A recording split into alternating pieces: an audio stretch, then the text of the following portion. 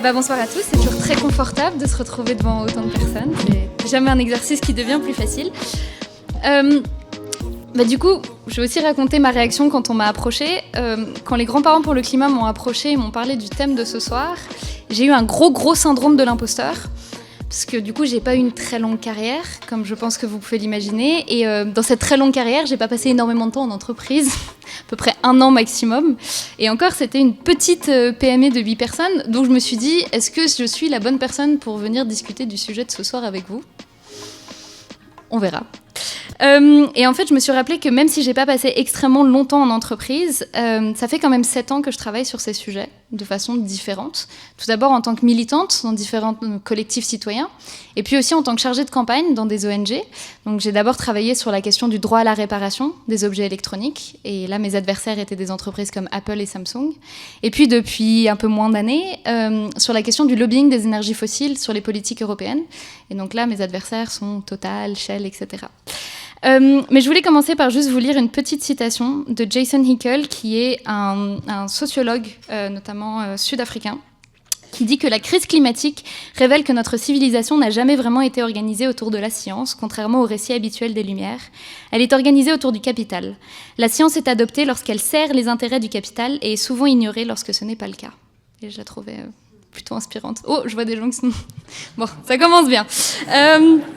Voilà. Alors... Contrairement à ce qui a été dit dans l'intro, moi aujourd'hui je ne vais pas vous parler de toutes les entreprises ni de l'entreprise au singulier. Et vous l'avez peut-être compris, je ne vais pas vous parler des entreprises comme la boulangerie du coin ou le kiné de votre tante. Aujourd'hui je vais plutôt vous parler de grosses multinationales comme Total, Unilever ou Nestlé, dont on consomme les produits souvent au quotidien sans s'en rendre compte. Alors... Ça n'aurait échappé peut-être à personne, mais on vit dans un système capitaliste, néolibéral, basé sur une nécessité de croissance constante, qui n'est possible que par une exploitation et un extractivisme de la nature et des personnes. Et les entreprises dont nous allons parler ce soir, et Isabelle l'expliquera mieux que ça, sont au cœur de ce système. Alors effectivement, parce qu'elles sont contraintes par cet objectif de croissance et de rentabilité, notamment auprès de ses actionnaires, et il leur est quasi impossible, même si elles le voulaient, et c'est toute la question aussi de ce soir, de réduire leurs impacts sur l'environnement. Alors, on va rentrer dans le concret. Je vais commencer par vous parler des entreprises des énergies fossiles, parce que c'est celles que je connais le mieux, celles qui sont aussi responsables du changement climatique, puisque c'est le thème de ce soir. Et donc là, il y a une petite liste qui a été faite et qui montre que ces entreprises listées, donc la vingtaine d'entreprises qui sont ici, sont à elles seules responsables de plus d'un tiers de toute la pollution carbone. Alors, je vous laisse voir les noms. Je ne sais pas si la première, elle vous dit quelque chose, par exemple. Souvent, on n'en entend pas trop parler. Ouais. Saudi Aramco, effectivement, qui est donc une entreprise qui n'est pas une entreprise privée, qui est une entreprise qui appartient à l'État de l'Arabie Saoudite, et qui est l'entreprise la plus polluante au monde, mais dont on entend assez peu parler et sur laquelle il y a très peu de transparence, puisque du coup, c'est une entreprise qui appartient à un État qui lui-même n'est pas très transparent. Pareil pour le troisième, Gazprom, qui est l'entreprise de gaz de Russie. Alors, je vais vous demander de monter dans une petite cabine à remonter le temps avec moi et de partir dans les années 70. Alors, dans les années 70, on arrive dans une situation où il paraît qu'on aurait pu arrêter le changement climatique, si on l'avait voulu. Parce que qu'est-ce qui s'est passé dans les années 70 ?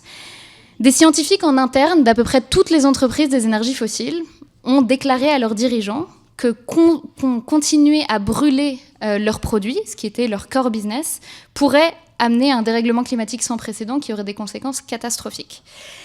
Alors vous allez me dire qu'est-ce qu'elles ont fait ? Bon, on connaît la réponse tous maintenant parce qu'on est dans la situation actuelle.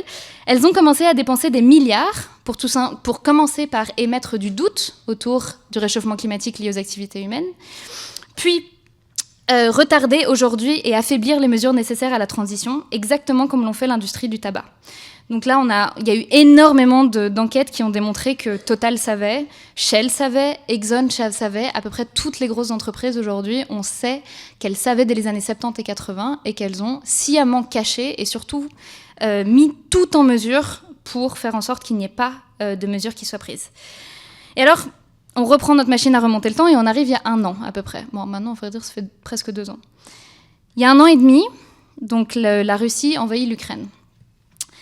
Et juste avant ça, on avait des engagements très timides de la part de certaines majors du pétrole et du gaz. Alors peut-être que certains d'entre vous se sont félicités, les plus optimistes à mon avis s'en sont félicités. Mais ce qui s'est passé avec la guerre en Ukraine, c'est qu'on a eu une explosion du prix du gaz et du pétrole. Et cela a généré des profits à peu près jamais vus dans l'histoire de ces entreprises. On le voit sur ce slide. Les 5 plus grosses ont généré près de 200 milliards de profits. Et ça, c'est juste les 5 plus grosses. Si on prend toutes les entreprises des énergies fossiles, on arrive à peu près à 400 milliards. C'est des profits qui n'ont jamais été effectués. Par exemple, Exxon a reporté les plus gros profits d'une entreprise pétrolière européenne. Alors, on n'a pas toujours les chiffres pour Saudi Aramco, donc souvent, on ne les met pas dans ces rankings. Et alors là, on s'est dit, mais peut-être super, elles ont fait plein d'argent, elles vont pouvoir investir un max dans la transition énergétique pour surtout arriver aux engagements qu'elles avaient annoncés. Et bien, en fait, c'est le contraire qui s'est passé, comme vous pouvez le voir ici, en fait. Donc, au lieu de continuer à investir dans les énergies bas carbone, qui sont le petit trait mauve sur les différentes lignes, la majorité de ce qu'elles ont gagné sont reparties à leurs actionnaires. La grosse majorité. Et ça, c'est le trait jaune. Et donc, vous voyez que l'année où elles ont fait le plus de profits est l'année où elles ont reversé le plus de dividendes et de cashback à leurs actionnaires. Voilà, donc si on pensait que c'était des enfoirés, on a la confirmation. Alors, exactement au même moment, elles sont revenues à peu près toutes sur les engagements qu'elles avaient annoncés. Donc BP a annoncé ne plus réduire ses engagements, ses émissions de gaz à effet de serre de 35% d'ici 2030 comme elle l'avait annoncé, mais plutôt de 20 à 30%. Donc de 20 à 30, ça veut dire qu'elle peut faire 21 au lieu de 35. Exxon est revenu sur ses investissements dans des fuels bas carbone. Et Shell a annoncé ne pas investir du tout quasi cette année dans les énergies renouvelables malgré les promesses qu'elle avait annoncées. Et alors pendant ce temps-là, donc on revient en février 2022, l'Union européenne réfléchit à sa réponse à la crise énergétique. Alors, elle se dit, qu'est-ce qu'on va faire ? On a une explosion des prix. Et alors, au moment où elle se demande ce qu'on va faire, qui sont les premières personnes qu'elle rencontre ? Les entreprises des énergies fossiles. Littéralement, un jour après le début de l'invasion, Ursula von der Leyen a eu un meeting avec les dirigeants des entreprises des énergies fossiles. Et puis, ce qui s'est passé entre février et octobre, donc à peine en 6 mois, c'est qu'entre la Commission européenne et ces entreprises, il y a eu 100 rendez-vous.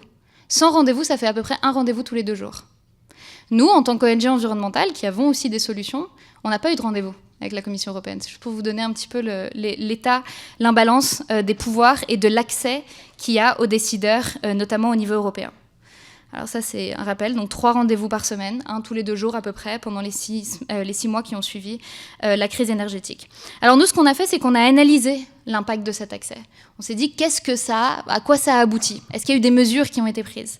Et en fait, on s'est rendu compte que cet impact, il est énorme. À travers toute l'Europe, cet accès privilégié, ça a notamment des impacts évidemment sur les politiques climatiques, mais ça, on le sait depuis des années. Mais dans le cadre de la crise énergétique, ça a eu des impacts très concrets sur les mesures qui ont été prises. Notamment des mesures qui auraient pu aider les familles qui souffraient de la crise énergétique, comme par exemple une limite sur les prix ou encore la taxe sur les super-profits que la Commission a timidement rebaptisée une contribution solidaire. Donc on va parler de lobbying pendant un petit instant. Alors, il est absolument essentiel d'analyser les positions de ce qu'on appelle les groupes d'intérêt dont font partie les entreprises, même celles qui paraissent les plus bien pensantes et les plus ambitieuses. Parce que très souvent, il y a un gouffre entre les positions qui sont annoncées par ces entreprises dans leur communication publique ou même parfois sur leur site internet et les positions défendues par ces groupes d'intérêt. En fait, ces lobbies, ils font le sale boulot. Et croyez-moi, ils le font plutôt bien. Je ne sais pas si vous saviez, mais Bruxelles est la 2e ville au monde où il y a le plus de lobbyistes après Washington. On en estime entre 25 et 40 000. Et entre ces 25 et 40 000, il y en a à peu près que 3 000 qui travaillent pour une cause ou une ONG. Parce que souvent, on a tendance à nous dire que nous aussi, on est des lobbyistes, et c'est pas faux. On a un accès, mais on est très peu nombreux et on est surtout très peu financés. Alors que c'est une véritable armée qui est financée et experte dans l'influence, le networking et le chuchotage de fausses solutions. Alors l'adage « vivons heureux, vivons cachés », il leur convient très bien. Qui, dans cette salle, a déjà entendu parler de Business Europe, Eurogaz, Fleischmann-Hillard, Edelman, Fuels Europe ou encore Cefic ? Ouais, quand même quelques-unes, mais c'est clairement pas la majorité. Et pourtant, tous sont des lobbies actifs au niveau européen et tous font partie des plus gros dépensiers pour essayer d'influencer les institutions. Alors ça, c'est le dernier ranking qui date normalement de novembre 2023. Et vous voyez par exemple que le premier, c'est un très bon exemple, Fleishman-Hillard, c'est un cabinet de conseil. Donc ce sont des mercenaires, littéralement, qui se font embaucher par des industries pour défendre leurs intérêts. Et le budget de lobby par an est de 10 millions, et ils ont notamment 65 badges d'accès au Parlement européen. Alors l'ONU les appelle les facilitateurs. Ce sont toutes ces entités qui, au final, gravitent autour des entreprises les plus polluantes et qui leur permettent de continuer le business as usual. Et donc, on parle des entreprises de conseil en communication, de conseil en affaires publiques, mais même de certains médias qui ne questionnent pas suffisamment le narratif ou, alors pire, en font la promotion aveuglement. Alors, des exemples comme ça, moi, j'en ai des tonnes et des tonnes. Il n'y a pas que l'industrie fossile, malheureusement, qui utilise ce genre de tactique. Lors de ma vaste expérience professionnelle, mon premier travail, donc ma première et seule expérience en entreprise, c'était effectivement dans un cabinet de conseil en développement durable. Alors ça tombe bien. Notre rôle, c'était de faire en sorte que les chaînes d'approvisionnement des entreprises, notamment dans le secteur de l'agroalimentaire et des cosmétiques, soient deforestation free. Parce que l'huile de palme, le soja, tout ça, ça déforeste. Et une grosse partie de ces entreprises, sous l'adage de la déclaration d'Amsterdam, avait annoncé qu'elle serait deforestation free d'ici 2020. Eh bien, aucune n'a réussi. Aucune de ces entreprises n'a réussi à être deforestation free en 2020. L'industrie de la mode, c'est également un exemple frappant. Là où H&M et Zara nous vantent l'utilisation, par exemple, du coton bio ou de recycler nos vieux vêtements, on sait que 100 milliards de vêtements sont toujours produits chaque année et que l'équivalent de 60 bennes à ordures de vêtements sont brûlés ou ensevelis chaque minute dans le monde. Alors vous allez me dire comment on fait confiance à ces entreprises. Comment est-ce qu'on peut encore croire une seule chose qui sort de leur bouche ou de leur communication officielle ? Eh bien, c'est là tout l'enjeu du greenwashing et des engagements volontaires. Peut-on, et dirais-je même doit-on autoriser des entités dont le but premier est de faire du profit et donc de protéger son business model à tout prix, avant toute considération sociale, à développer leurs propres engagements, à s'auto-évaluer et à même dans certains cas s'auto-congratuler, sans aucune vérification externe comme on le fait aujourd'hui? Est-ce que cela ne contribue pas à ralentir le changement nécessaire tout en trompant les consommateurs ? Parce que malgré ce qu'on peut croire en voyant les panneaux publicitaires ou alors en allant farfouiller sur les sites internet de ces entreprises, la grande majorité ne sont pas en ligne pour atteindre leurs objectifs climatiques d'ici 2050, qui, même selon la science, ne sont pas suffisants puisque la plupart sont dépendants de ce qu'on appelle la capture et le stockage de carbone. Alors c'est pas moi qui l'ai dit et c'est pas des gros gauchos anticapitalistes, c'est Accenture notamment, qui dit que moins d'une entreprise sur 10 est en chemin pour atteindre ses objectifs climatiques.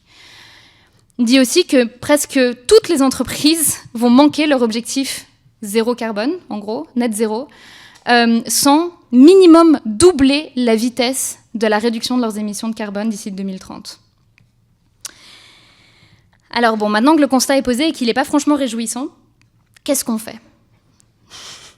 J'ai pas la solution, malheureusement. Pour essayer de conclure ce vaste sujet, je vais vous partager un petit peu ce qui est mon humble avis pour essayer de révolutionner l'impact des entreprises sur le climat. Alors le premier, vous allez peut-être me traiter d'ayatollah vert, mais vous inquiétez pas, j'ai l'habitude. Ce qu'il faudrait faire en premier lieu, c'est davantage de régulation, davantage de règles qui soient ambitieuses et sur lesquelles il n'y ait pas de failles, parce que c'est ça le problème, c'est que très souvent on entend des règles qui paraissent ambitieuses sur le papier, mais qui sont bourrées de failles grâce au travail des lobbies, et qui forceraient les entreprises à réduire, voire idéalement à stopper complètement tous leurs impacts négatifs sur l'environnement, sur les travailleurs et sur les personnes, les communautés dans lesquelles elles exploitent. Mais ce qu'il faut bien comprendre, c'est deux choses. C'est que la première, une grosse partie de ces impacts de ces entreprises qui sont majoritairement occidentales ont lieu dans les pays du Sud. Ce qui fait que le contrôle, l'accès à la justice pour les victimes ou même la transparence est particulièrement difficile. La deuxième, c'est que tout ça, et comme à peu près tout dans la vie, c'est une question de volonté politique. Quand l'Europe annonce par exemple la fin de la vente des nouveaux véhicules thermiques en 2035, c'est une bonne mesure. Mais quand l'Allemagne derrière demande des exemptions, c'est un petit problème politique. Alors, je vous ai donné quelques exemples de régulations qui sont en ce moment soit discutées au niveau européen ou qui ont été adoptées il n'y a pas longtemps. Et je pense que leurs titres se suffisent à elles-mêmes. Mais je voulais vous parler en particulier de la loi sur le devoir de vigilance. Je ne sais pas si certains d'entre vous en ont déjà entendu parler. Cette loi du devoir de vigilance, elle pourrait avoir un impact énorme. En gros, ce qu'elle veut, cette loi, c'est que les entreprises européennes qui soit ont un chiffre d'affaires au-delà d'un certain chiffre, soit ont plus qu'un certain nombre d'employés, soient responsables des impacts environnementaux et sociaux dans leur chaîne de valeur. Ça pourrait avoir un impact énormissime. Parce que très souvent aujourd'hui, la plupart des entreprises se cachent derrière leurs sous-traitants ou des chaînes d'approvisionnement très compliquées pour ne pas devoir répondre des violations environnementales ou des droits humains qui ont lieu dans leur chaîne de valeur. Si par exemple le climat était impliqué dans cette loi, était inclus dans cette loi, ce qui n'est pas le cas pour l'instant, cela pourrait vouloir dire concrètement que les entreprises seraient obligées légalement de réduire leurs émissions de gaz à effet de serre. Alors vous imaginez bien que le lobby autour de cette loi actuellement qui est discutée, qui est négociée, il est énorme. Personne ne veut voir le climat inclus. Et donc c'est pour ça qu'on se bat au quotidien pour essayer de le voir inclure dans le texte final. Alors malheureusement, tout ça, c'est pas faisable tant qu'on autorise un accès tellement énorme aux décideurs des intérêts privés. Je vous en ai parlé un tout petit peu. Moi, c'est mon travail au quotidien de voir l'impact des lobbies sur les politiques européennes. Il est énorme. Tant qu'on a cette porte ouverte permanente, tant qu'on a ce canal de communication permanent entre les décideurs et les intérêts privés, on ne s'en sortira pas. Et peut-être que certains d'entre vous, et probablement à juste titre, disent oui, mais est-ce que c'est pas un petit peu antidémocratique, finalement, de ne pas parler à tout le monde et de ne pas entendre le point de vue de tout le monde? Alors moi, je vous pose la question, est-ce que ça l'est, en fait? Est-ce que l'imbalance de l'accès, du financement et de la professionnalisation, est-ce que c'est pas problématique? Est-ce que c'est OK d'avoir 100 rendez-vous avec l'industrie fossile alors qu'on sait que c'est une industrie qui ment, qui affaiblit toutes les régulations depuis près de 40 ans, et derrière de ne pas écouter les solutions alternatives? Vous serez peut-être pas d'accord, mais en tout cas pour moi ça l'est pas. Il y a l'exemple du lobby du tabac, je trouve qu'il est intéressant rapidement. La question du lobby du tabac, c'est que pendant des années, l'Organisation mondiale de la santé n'a pas voulu se positionner sur la question du tabagisme passif, notamment dans les années 90. Pourquoi ? Parce que l'industrie du tabac disait à tout le monde que c'était pas la cigarette qui était problématique, c'était l'air qu'on respirait, c'était la viande qu'on mangeait, c'était en gros tout ce qui n'était pas la cigarette. Et puis, il y a eu une énorme campagne qui a été faite, et le lobby du tabac n'a plus le droit aujourd'hui d'interagir avec les décideurs qui travaillent sur les sujets de santé publique. Donc c'est faisable. On peut empêcher des entreprises et des industries qui ont un intérêt particulier de ne pas influencer sur certains types de législation. C'est faisable et on peut le refaire avec d'autres industries. Il y a la question du registre de transparence au niveau européen qui doit être amélioré parce que pour l'instant il n'est pas obligatoire, donc on peut tout à fait ne pas se déclarer. Et surtout, il faut des règles beaucoup plus ambitieuses. Et alors, le troisième et dernier point, c'était que le climat, évidemment, ça a été mentionné en introduction, n'est qu'une des limites planétaires que nous sommes en train de dépasser. Il y en a 9 et on vient d'en dépasser 6 et on est en train d'en dépasser une 7e. Et bien sûr, il y a énormément d'enjeux sociaux et d'inégalités auxquels nous sommes en train de faire face aujourd'hui. Il y a cette phrase qui dit souvent que juste regarder la question climatique et transformer notre système énergétique aujourd'hui vers des énergies renouvelables, ça n'aidera pas l'acidification des océans, ça n'aidera pas la déforestation, ça n'aidera pas la chute de la biodiversité, si dans une certaine mesure en protégeant des habitats, mais pas suffisamment. Donc il faut absolument prendre en compte tout le système et pas uniquement le climat. Et donc il va falloir se poser la question d'un changement de paradigme, un changement de système comme on entend souvent. Et la science le montre, et peut-être que certains d'entre vous lèveront quelques sourcils, on ne peut découpler nos impacts sur l'environnement suffisamment rapidement et à suffisamment grande échelle tout en continuant à croître notre économie. Et je serais ravie de vous envoyer les dernières études si vous n'êtes pas sûr. Et donc par conséquent, ça implique quoi ? Ça implique de réduire certains secteurs, certaines activités, certains types de consommation pour pouvoir en conserver d'autres. Qu'est-ce qu'on garde, qu'est-ce qu'on jette et qu'est-ce qu'on transforme ? Et alors, il y a cette phrase, cette définition de la décroissance que je trouve extrêmement pertinente, qui dit « La réduction planifiée et démocratique de la production et de la consommation dans les pays riches pour réduire les pressions environnementales et les inégalités tout en améliorant la qualité de vie. » Alors, on peut avoir un débat sur la décroissance, on peut avoir un débat sur la post-croissance, on peut avoir un débat sur même est-ce que parler de croissance aujourd'hui, c'est pertinent. Mais en tout cas, ce qui est évident, c'est que certains secteurs vont devoir décroître, sinon on ne s'en sortira pas. Mais comment est-ce qu'on choisit quels secteurs doivent décroître et quels secteurs ne doivent pas décroître ? Qui décide ? Eh bien, pourquoi pas nous, collectivement, en tant que citoyens, et non plus uniquement consommateurs ou travailleurs, comme on est trop souvent réduit. Il est temps de se saisir de ce pouvoir et de imaginer ensemble ce à quoi l'économie de demain ressemblera, quelle sera notre place et quelle sera la place des entreprises dedans. Merci.